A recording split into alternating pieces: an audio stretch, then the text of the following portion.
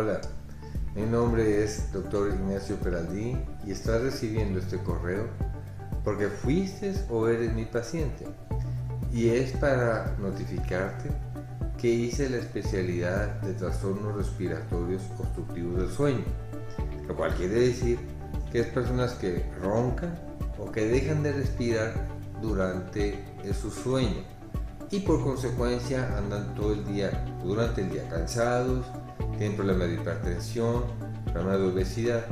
Por eso te invito a que leas la carta que está adjunta a este video y te puedas dar un poquito más de información. Asimismo puedes visitar nuestra página en internet ronquidosjuarez.com y te agradezco mucho tu tiempo por ver este pequeño y corto video. Gracias.